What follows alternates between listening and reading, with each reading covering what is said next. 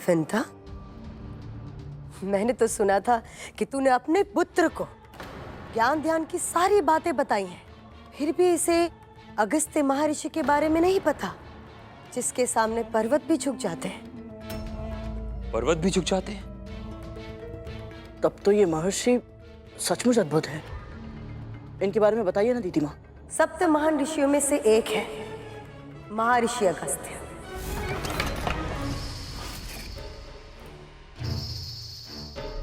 इतने शक्तिशाली हैं, इतने शक्तिशाली कि एक बार उन्होंने विशाल पर्वत को भी विवश कर दिया था अपनी आज्ञा मानने के लिए।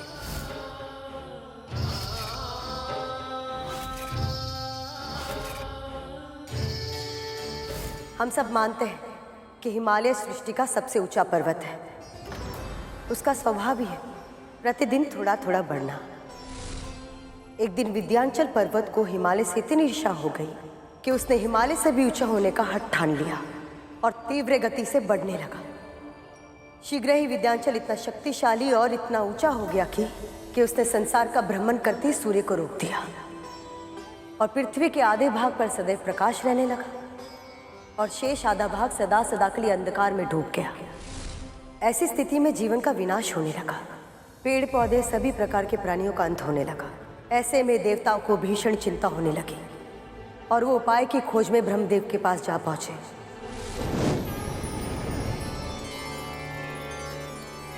प्रणाम ब्रह्मदेव।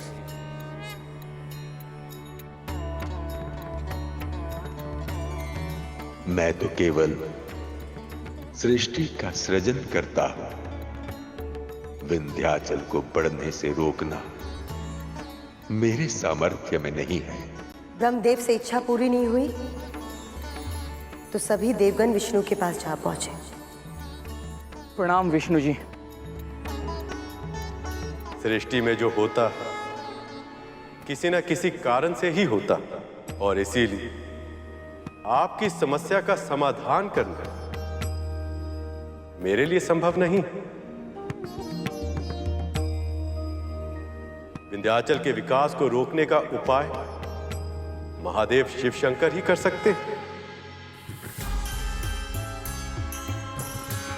संपूर्ण ब्रह्मांड में केवल एक ही महात्मा है जो पृथ्वी पर छाए इस संकट का समाधान कर सकते हैं और वो है महर्षि अगस्त्य। आप सब उनके पास जाइए, समाधान अवश्य मिलेगा।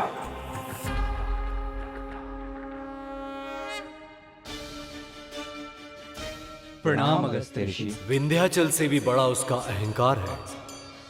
एक बार वो अहंकार समाप्त हो जाए तो आपकी समस्या अपने आप समाप्त हो जाएगी। पर उसका यह अहंकार समाप्त कैसे होगा?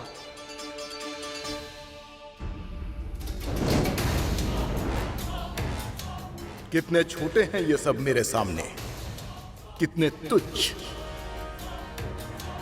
ओम नमः शिवाय, ओम नमः शिवाय, ओम नमः शिवाय, ओम नमः शिवाय, ओम नमः शिवाय, ओम नमः शिवाय। मैं इतना विशाल हूं पर मेरी ओर आंख उठाकर भी नहीं देखा। ओम नमः शिवाय, ओम नमः शिवाय। अवश्य ही ये कोई बहुत सिद्ध महान ऋषि हैं। तभी तो शिव भक्ति में इतने लीन हैं कि आसपास की कोई भी वस्तु इन पर अपना प्रभाव नहीं डाल पा रही है। ओम नमः शिवाय।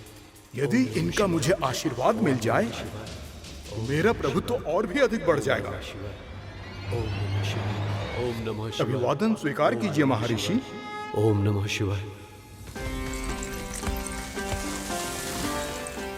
अभिवादन स्वीकार कीजिए महर्षि।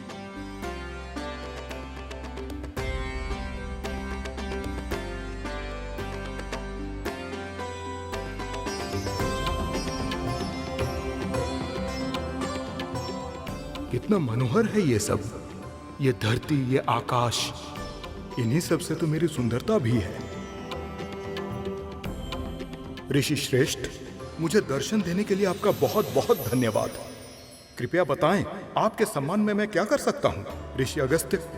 मैं दक्षिण दिशा की ओर जा रहा हूं। पर्वत श्रेष्ठ, जब तक लौट कर नहीं आता हूं, आप ऐसे ही रहिएगा, दंडवत प्रणाम की मुद्रा में। यही मेरा उचित सम्मान होगा। जो आज्ञा महर्षि। महर्षि अगस्त्य ने उस दिन के बाद फिर कभी विद्यांचल पार नहीं किया।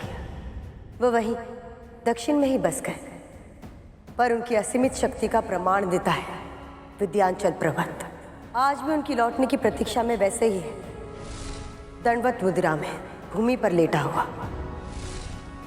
पर आज वो अभिमान से रहित है और सृष्टि के विकास में अपना योगदान दे रहा है। यह तो सचमुच बहुत महान ऋषि है।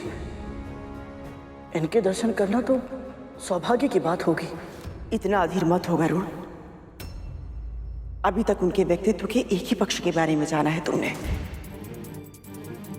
पर महर्षि अगस्त्य के व्यक्तित्व में बहुत कुछ ऐसा है जो सतह से नहीं दिखाई देता। उनके बारे में जानने के लिए गहराई में उतरना होगा। तेरे पिता महर्षि कश्यप बहुत शांत है, उन्हें देखते ही शीतलता का अनुभव होता है, किंतु वही दुर्वासा ऋषि, जिन्हें देखते ही क्रोध की अग्नि का अनुभव होता है, किंतु महर्षि अगस्त्य इन दोनों से भी विकट है। उनका व्यवहार अप्रत्याशित होता है। वो कब क्या करेंगे, किस पर प्रसन्न होंगे, किस पर क्रोधित होंगे और किसको अपना वरदान देंगे और किसको अपना श्राप, इसका अनुमान लगाना असंभव है। पिताजी और दुर्वासा ऋषि के सामने तो सावधान रहा जा सकता है, पर जिनकी प्रतिक्रिया का कोई अनुमान न लगा पाए, उनके सामने कोई कैसे व्यवहार करे? यही भूल उन दोनों ने भी की थी। आतापी वातापी के साथ क्या हुआ था, स्मरण है ना दीदी? ये कथा तो हमने भी नहीं सुनी माँ, बताइए ना, कौन थे आतापी वतापी? आतापी वतापी दो राक्षस थे। दोनों ने संसार में अपना आतंक मचाया हुआ था। एक दिन एक व्यापारी अपने घर लौट रहा था। उसे देख आतापी वितापी ने अपना रूप बदला और मायावी शक्ति से उस व्यापारी के साथ छल किया। फिर आतापी ने बोला, लगता है आप बहुत दूर से आ रहे हैं। मैं इस बकरे को खाने ही जा रहा था, वो तो शिव की कृपा से आपके साथ भेंट हो गई। आपको खाना खाने पीना नहीं जाने दूंगा मैं यहां से। मेरी कुटिया निकट ही है, आप आइए मेरे साथ।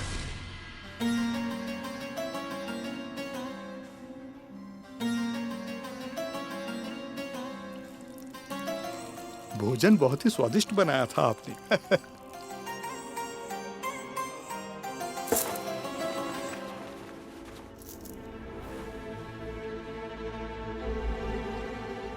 ये आपके लिए छोटी सी भेंट। बकरा बड़ा था, भोजन स्वादिष्ट, और भेंट ये इतनी छोटी सी। वातापी, समय हो गया।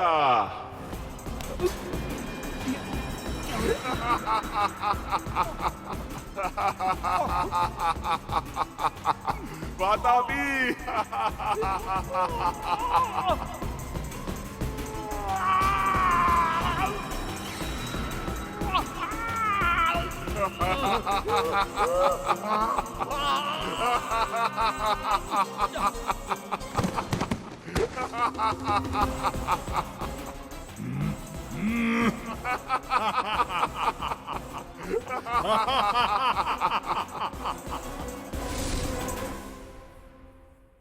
ये तो विचित्र माया है। पर माँ, महर्षि अगस्त्य की कथा का इनके साथ क्या संबंध है? एक दिन महर्षि अगस्त्य भी उसी मार्ग से जा रहे थे। ओम नमः शिवाय, ओम नमः शिवाय। तभी आतापी वातापी की दृष्टि उन पर पड़ी। ओम नमः शिवाय, ओम नमः शिवाय। पल भर में उनके मन में लोभ और जीवा में पानी आ गया।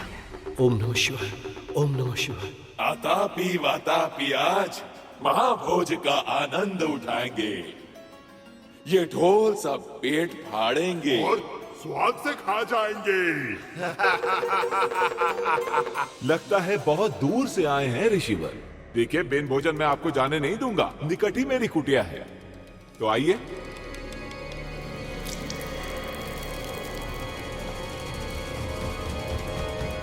जीर्णाम जीर्णाम वातापी जीर्णाम।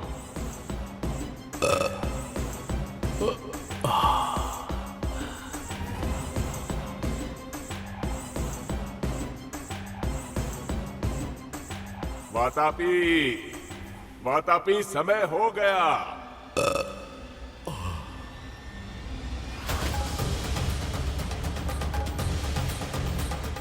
वातापी, समय हो गया।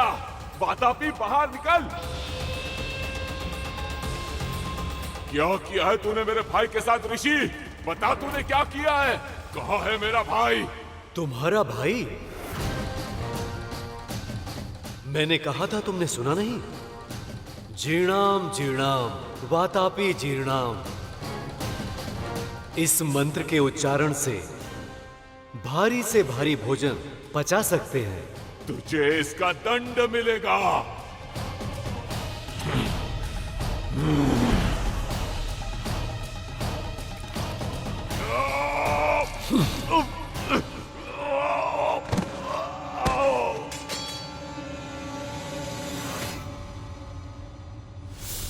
यदि अगस्त ऋषि इतने ही अप्रत्याशित हैं कि कब क्या करते हैं कहा नहीं जा सकता, तो क्या वो गरुड़ से प्रसन्न होकर इसे अपनी इच्छा से नोनी का साग देंगे? ये कार्य कठिन है, परंतु असंभव नहीं। महारानी, नोनी का साग मैं ले आऊंगा, वो भी समय से पहले।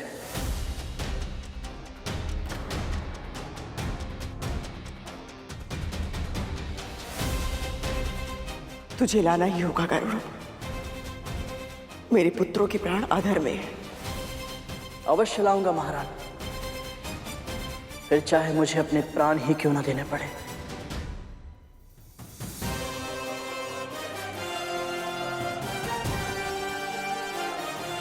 आज्ञा दीजिए।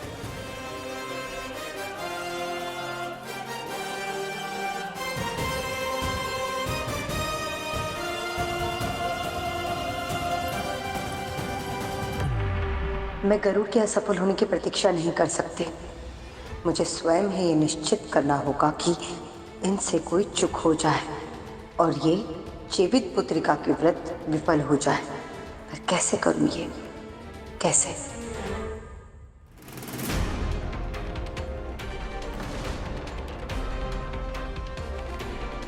सूर्यदेव अस्त होने ही वाले हैं, मुझे शीघ्रता करनी होगी।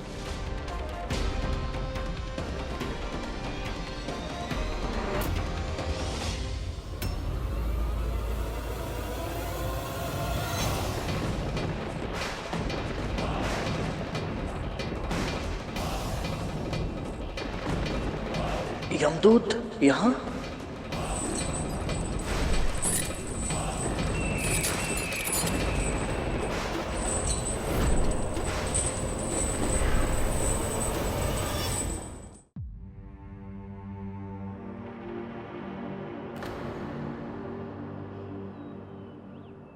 क्या देख रहा है गरुड़?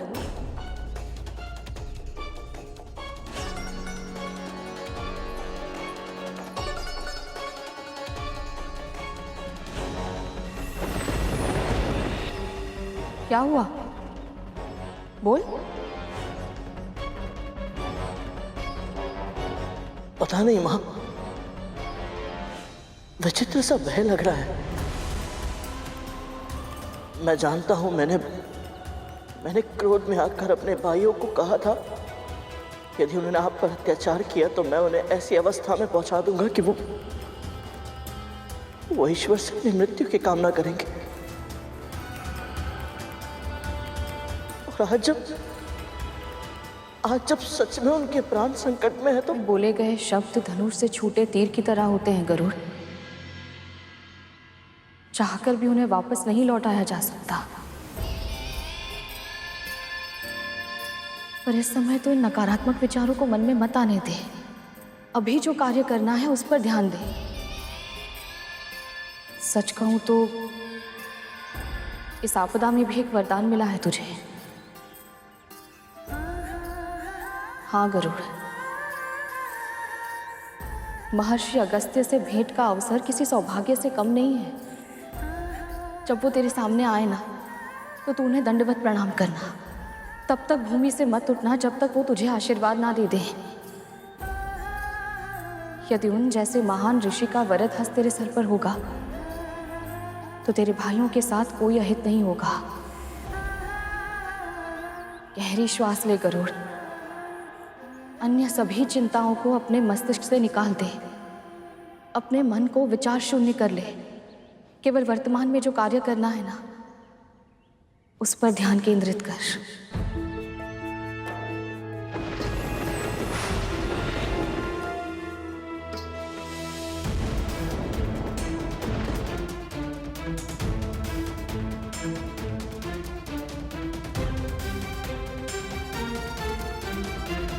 आज्ञा दीजिए मां।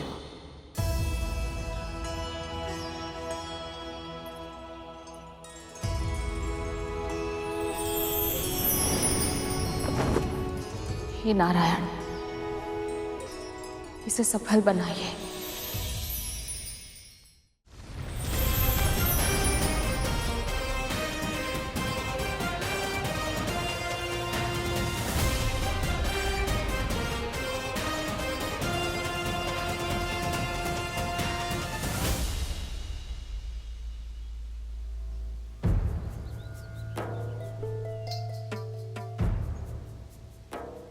मेरी समझ के अनुसार आश्रम होना तो यही चाहिए, पर यहाँ तो कुछ भी नहीं है। ना आश्रम दिख रहा है और ना ही महर्षि और उनके शिष्य। कहीं मैं किसी और स्थान पर तो नहीं आ गया? ओम नमो नारायणाय नमः। ओम नमो नारायणाय नमः। पूर्ण विश्वास के साथ से तो ही कह सकता, परंतु मुझे यहाँ के वातावरण में एक विशेष प्रकार की ऊर्जा का अनुभव हो रहा है।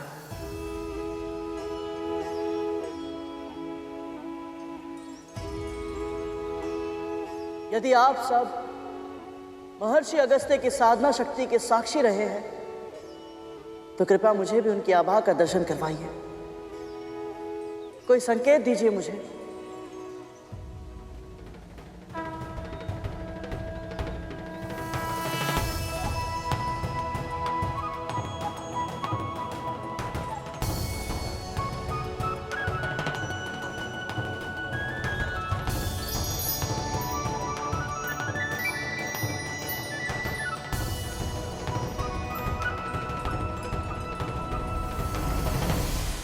इसका अर्थ यह है कि मैं सही स्थान पर हूं। अब बस महर्षि के दर्शन प्राप्त हो जाए।